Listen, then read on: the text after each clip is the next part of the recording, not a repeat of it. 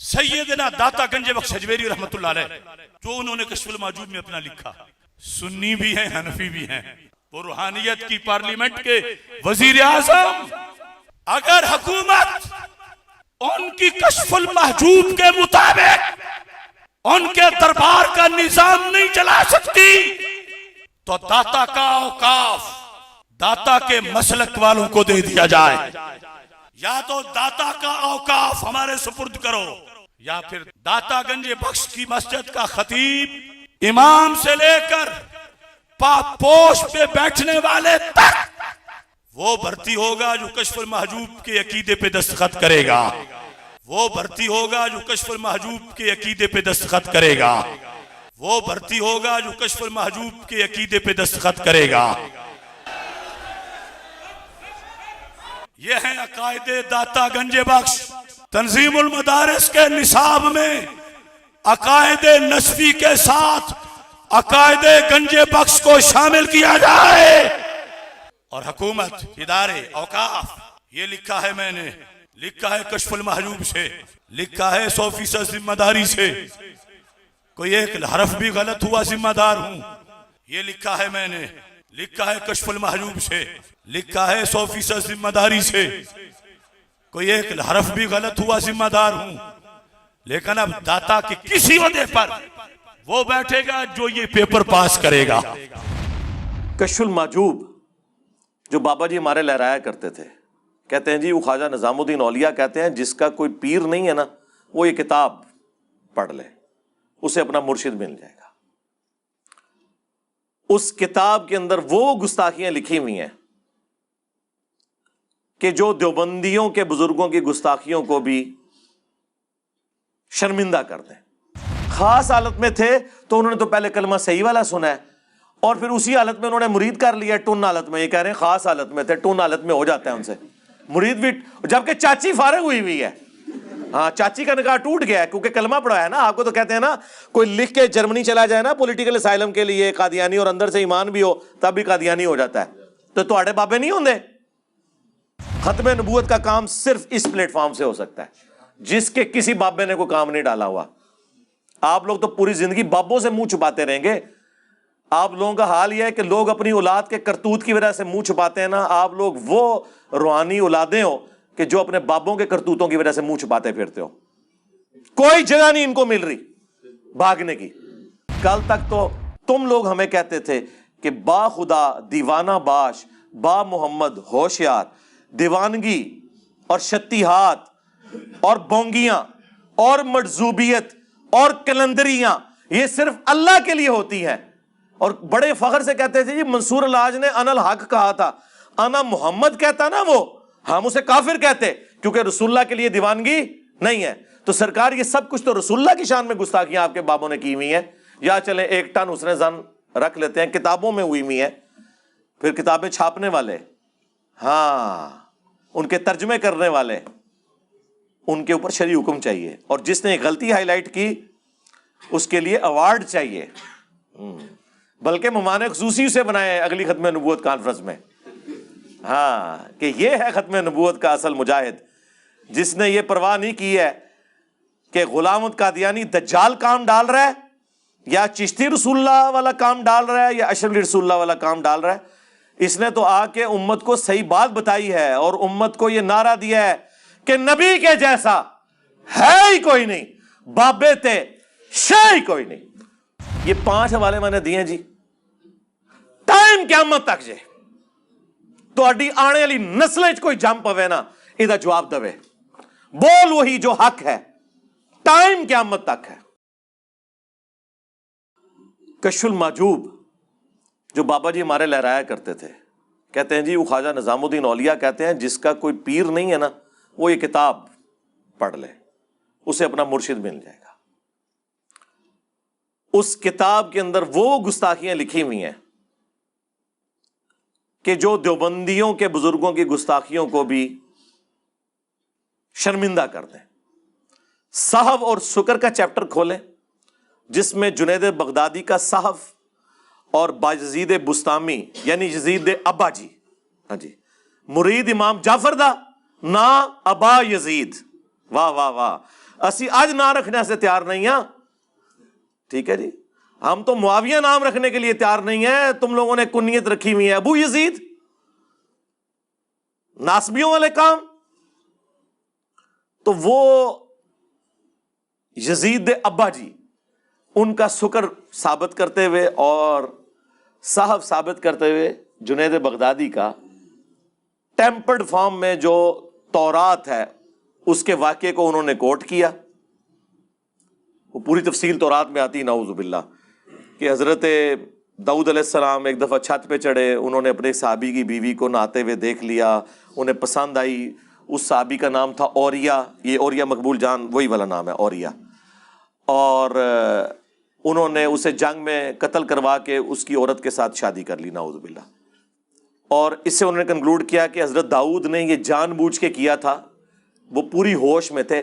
صاحب, ایک سین والا صاحب ہے وہ بھول ہوتا ہے جو سجدہ صاحب, ایک سواد والا صاحب ہوتا ہے پوری انٹینشن سے. وہ کہتے ہیں اس لیے داؤد علیہ السلام نے معافیاں بعد میں مانگی نا, وہ ہوش میں تھے, انہوں نے یہ غلط کام کیا. تو حضرت جنید بغدادی کا جو صاحب کا اسکول آف تھاٹ ہے وہ اس کو فالو کرتا ہے. چنگی شے فالو کر دو, قرآن دی اس نو فالو کرو, کوئی اہل بیت نو پڑھو, کیڑے پاسے لگے ہوئے ہو تسی. اور کہتے ہیں سکر بازید بستامی کا, اس کی کہتے ہیں مثال یہ ہے کہ ہمارے نبی کی بھی تو ایک دفعہ نظر اپنے صحابی کی بیوی زید ابن حارثہ کی بیوی پہ پڑی, سیدہ زینب کے اوپر, انہیں پسند آ گئی اور نعوذ باللہ وہ شادی کر لی.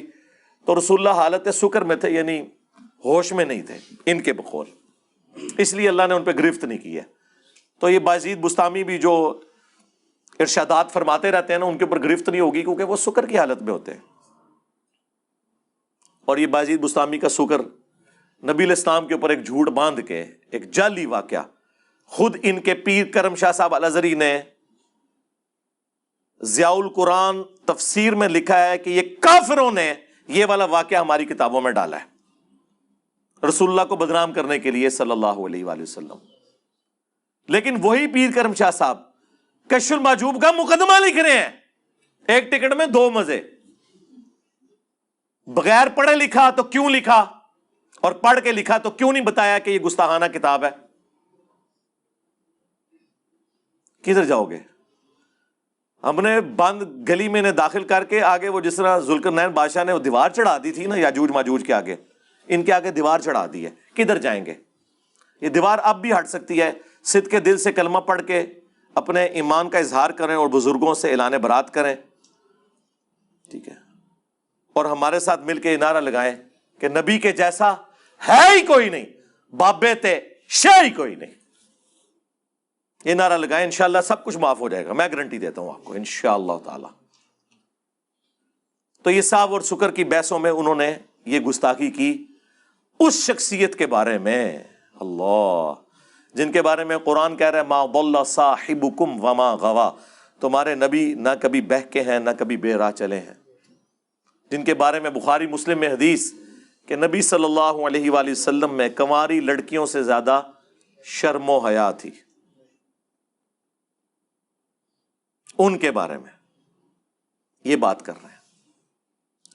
دو حوالے ہو گئے. تیسرا حوالہ بھی کشف المحجوب سے, جو یہ الزام کل تک باقیوں کے اوپر لگاتے تھے حیات النبی صلی اللہ علیہ وآلہ وسلم کے حوالے سے, اس عقیدے کے اوپر ڈاکہ بھی کشف المحجوب میں موجود ہے. امام ابو حنیفہ رحمۃ اللہ علیہ کی طرف ایک خواب منسوب کیا گیا. کشف المحجوب میں امام حنیفہ کے چیپٹر کو نکال کے دیکھ لیں, اس میں یہ لکھا ہوا ہے کہ امام ابو حنیفہ نے خواب میں دیکھا کہ رسول اللہ کی قبر کو کھود کر اس میں سے آپ کی ہڈیاں جمع کر رہے ہیں. استغفر اللہ واتوب الیہ. کیا کسی مسلمان کا عقیدہ ہے کہ نبی علیہ السلام کا جسم مبارک ہڈیوں کی شکل میں وہاں پہ؟ نعوذ باللہ. یعنی جی خواب ہے یار, اللہ کے نبی صلی اللہ علیہ وآلہ وسلم کے بارے میں اللہ اس طرح کا گستاخانہ خواب کسی کو دکھائے گا؟ ترجمہ کیا ہوا استخوان مبارک, پتہ ہی نہ چلے کے لیے ہے استخوان مبارک. اور تذکرۃ الاولیاء میں بھی یہ واقعہ موجود ہے, وہاں لکھا ہوا ہے ہڈیاں جمع کر رہے ہیں, باز کو باز سے چن رہے ہیں. استغفر اللہ. اور خواب کوئی گھڑنا تھا نا بابے کو اونچا کرنے کے لیے, تو ہم آپ کو بتاتے ہیں کہ امام حنیفہ نے خواب میں دیکھا کہ نبی علیہ السلام کے برتن سمیٹ رہے ہیں، آپ کے کپڑے مبارک اکٹھے کر رہے ہیں، آپ کی لاٹھی مبارک. یہ بات کرتے قبر کھود کر ہڈیاں بعض کو بعض سے الگ کر رہے ہیں. اور صبح اٹھ کے جب ابن سیرین سے پوچھا تو انہوں نے کہا کہ آپ رسول اللہ کی سنت کو جمع کریں گے. استغفر اللہ. کیا خواب یار، اللہ کے نبی کے بارے میں یہ خواب دکھایا جائے گا؟ جھوٹا خواب. امام حنیفہ بری الذمہ ہے، ان کی طرف انہوں نے منسوب کیا. کیا کسی مسلمان کا یہ عقیدہ ہے؟ ہمارا تو عقیدہ ہے کہ تمام انبیاء اپنی قبروں میں آخرت کی زندگی کے ساتھ زندہ ہیں، دنیا کی زندگی کے ساتھ نہیں. وہ اللہ کو پتہ ہے. جسم ان کے سلامت ہے. وہ ابو داؤد میں حدیث ہے، مشکات میں موجود ہے، پوری امت کا اتفاق ہے، سوائے ایک دو محدثین کا تفرد ہے، لیکن وہ بھی عقیدے کو درست مانتے ہیں. ان کو وہم لگا اس کی سند کے اوپر، عقیدہ وہ یہی مانتے ہیں کہ ابو داؤد میں حدیث ہے، ان اللہ حرم علی الارض ان تاکل اجساد الانبیاء، بے شک اللہ تعالیٰ نے حرام کر دیا ہے مٹی کے لیے کہ وہ نبیوں کے جسموں کو کھائے. اور یہ ہمیں کیا عقیدہ بتا رہے ہیں؟ بلکہ اس کی جڑ تو قرآن میں موجود ہے. سورہ سبا میں آیا ہے کہ حضرت سلیمان علیہ السلام بھی لاٹھی کے سہارے یوں بیٹھے رہے اور جنات کو پتہ ہی نہیں چلا، اور لاٹھی کو دیمک نے چاٹ لیا. کتنے مہینے لگے ہوں گے، کوئی کیڑا ان کے جسم کے اوپر نہیں چڑھا. نبیوں کے جسم کا سلامت ہونا وفات کے بعد، اس کی اصل قرآن میں اس عقیدے کی جڑ موجود ہے. یہ میں منکرین حدیث کے لیے بات کر رہا ہوں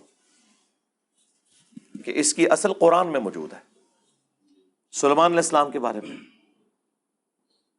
تو اب یہ ذرا بتائیں، یہ واقعہ لکھ کے انہوں نے نکالا کیا ہے؟ 3 گستاخیاں ہو گیا. آج اور چوتھی. کشف المحجوب میں ہی لکھا ہوا ہے کہ بایزید بستامی کہا کرتے تھے، سبحانی سبحانی ما اعظم شأنی، میں پاک ہوں، میں پاک ہوں، میری شان بہت بلند ہے. اور اینڈ پہ وہ لکھتے ہیں کہ اصل میں اللہ ان کے منہ سے بول رہا تھا. استغفر اللہ استغفر اللہ. یہ عقیدہ تو ہمارا رسول اللہ کے بارے میں نہیں ہے، ان کے بارے میں بھی ہے. وما ينطق عن الهوى ان هو الا وحی یوحى. یہ اپنی خواہش نفس سے کچھ نہیں کہتے، وہ کہتے ہیں جو اللہ ان پر وحی کرتا ہے. کشف المحجوب میں تو اتنا ہی پورشن ہے، لیکن پوری تفصیل آئی ہے پھر جناب تذکرۃ الاولیاء میں. تمام بابوں کے اوپر ٹیکسٹ بک پوری دنیا میں، عربی میں دیوبندی بریلوی دونوں مانتے ہیں، فضائل سنت میں حوالے ہیں، فضائل اعمال میں اس کے حوالے ہیں. اس میں لکھا ہے کہ ان کی زبان سے یہ بھی نکلتا تھا اور یہ بھی نکلتا تھا جب ان سے پوچھا گیا کہ بتائیں قیامت والے دن تمام انبیاء کس کے جھنڈے کے نیچے ہوں گے اور تمام مخلوقات، تو بایزید فرمایا کرتے تھے بونگیے شریف کہ تمام انبیاء انکلوڈنگ نبی علیہ السلام کے، وہ میرے جھنڈے کے نیچے ہوں گے.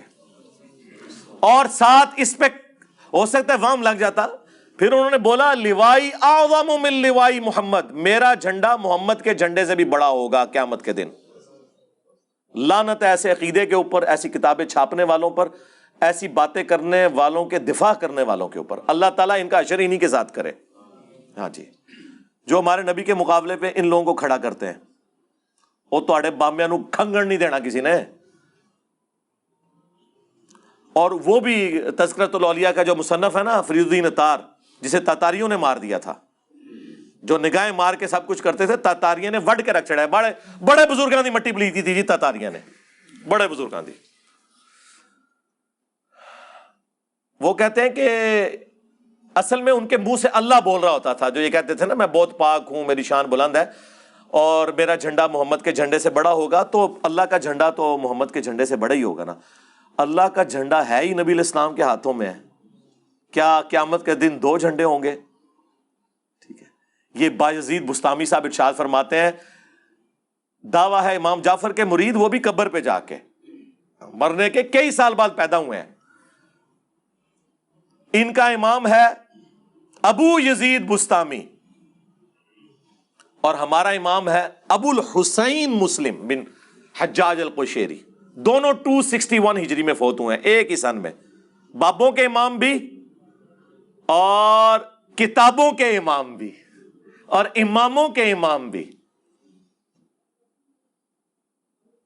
اور صحیح مسلم میں کیا لے کے آ رہے ہیں وہ کہ نبی علیہ السلام نے فرمایا قیامت کے دن میں تمام اولاد آدم کا سردار ہوں گا، سب سے پہلے مجھے قبر سے نکالا جائے گا، سب سے پہلے میں شفاعت کروں گا، سب سے پہلے میری شفاعت قبول کی جائے گی۔ اللہم اجعلنا منہم، آمین۔ اور صحیح مسلم میں حدیث، سب سے پہلے میں جنت کے دروازے پہ جاؤں گا، داروغ جنت پوچھیں گے کون؟ میں کہوں گا محمد، تو وہ کہیں گے کہ مجھے اللہ نے حکم بھی یہ دیا تھا کہ میں آپ کے نام کے سوا کسی اور کے لیے دروازہ نہ کھولوں جب تک کہ آپ جنت میں داخل نہ ہو جائیں۔ یہ ہمارا امام ابو الحسین مسلم بن حجاج القشیری المتوفی 261 ہجری فرما رہے ہیں، اور آپ کے امام بایزید بستامی المتوفی 261 ہجری کیا ارشاد فرما رہے ہیں؟ آپ کے لیے تو ارشادات ہی ہیں نا۔ اس طرح کے جب آپ عقیدے رکھیں گے تو آپ کس منہ سے نبی الاسلام کی شفاعت کے حقدار ہوں گے؟ جب یہ باتیں ہم بیان کرتے ہیں، اس کے بعد ہم کہتے ہیں کہ بابت شیعی کوئی نہیں، کس کے مقابلے پہ؟ اللہ کے نبی علیہ السلام کے۔ اس لیے اب ہم نے یہ شعر مکمل کر دیا ہے کہ نبی کے جیسا ہے ہی کوئی نہیں، بابت شیعی کوئی نہیں۔ ہوں تو تسلی ہو گئی نا، کہتے ہیں آؤٹ آف کانٹیکسٹ کوئی نہ کٹے، اونی کو کٹن لگا، پورا شعر کٹن گے، کہیں گے ٹھیک ہی تو کہہ رہے یار۔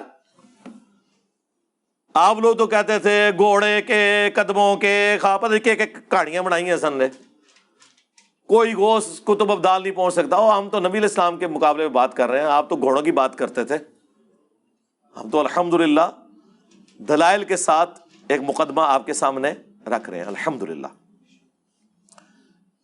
یہ جناب 4 حوالے ہو گئے۔ 5واں حوالہ وہ بھی تذکرۃ الاولیاء سے، اس میں انہوں نے لکھا ہے بایزید بستامی کی معراج۔ وہ کہتے ہیں جس طرح نبی علیہ السلام کو معراج ہوئی ہے نا، اولیاء اللہ میں بایزید بستامی کو ہوئی ہے، اور انہوں نے کہا کہ اللہ کو دیکھا ہے انہوں نے۔ واہ واہ سرکار، یہ پیکج تو حضرت موسیٰ علیہ السلام کو آفر نہیں ہوا۔ سورہ الاعراف کی آیت نمبر 143 میں اللہ نے فرمایا تو مجھے دیکھ نہیں سکتا، ہاں میں بازید کو بعد میں زیارت کروا دوں گا۔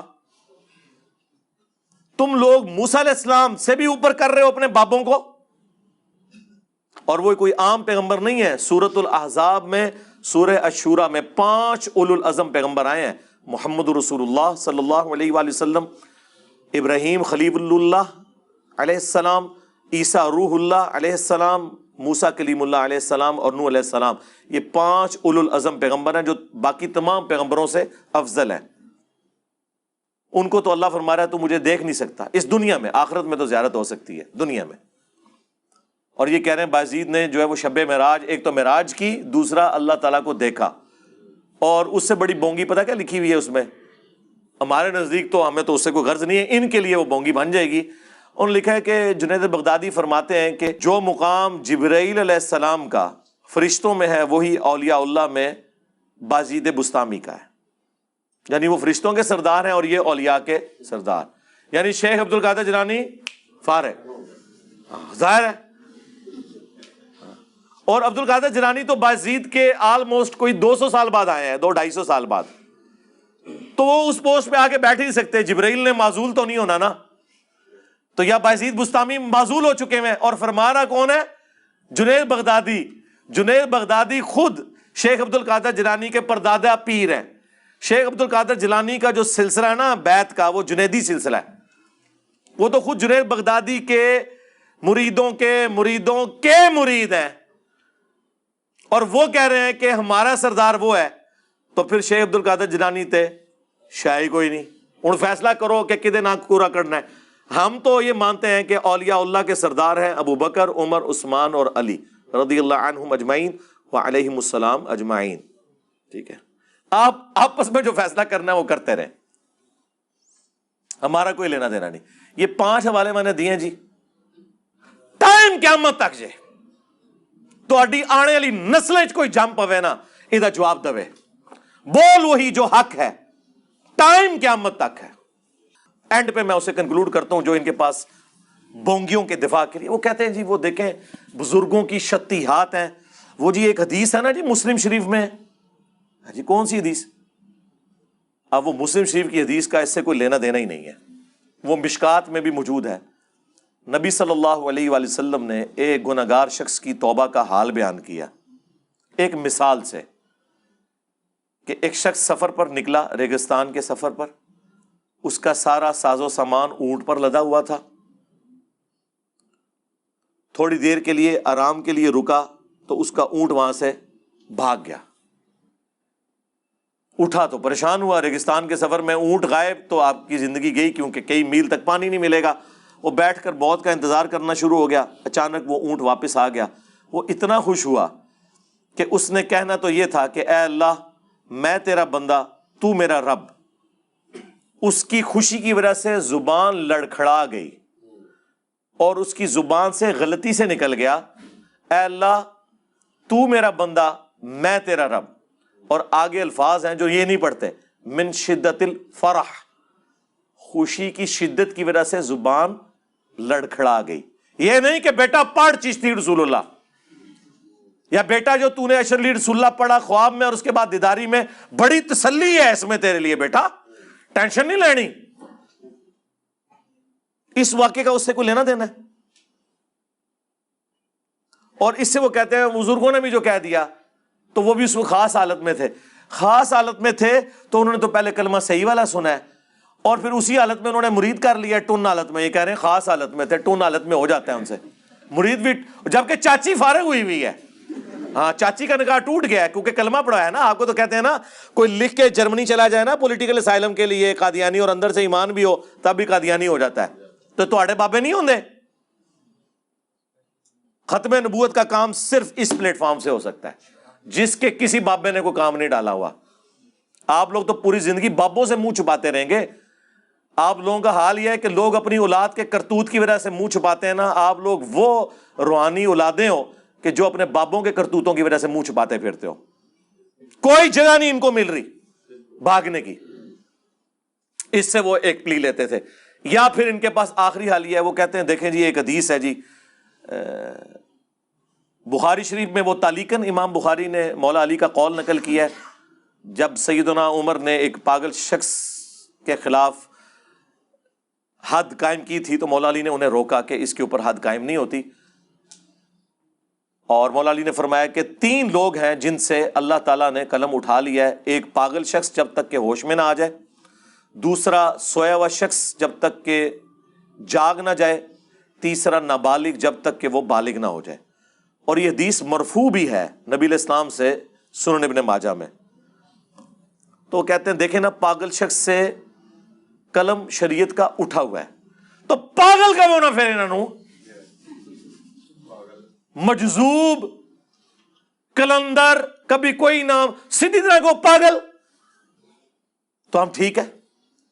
اور پاگل کہنے میں یہ بچیں گے اگر یہ ہوش میں سب کچھ انہوں نے کیا ہے پھر نہیں بچتے. نہ پاگل کو نہیں جی وہ اللہ کی محبت میں پاگل ہونا اس کو ہم پاگل نہیں کہتے، وہ خاص کیفیت ہوتی ہے.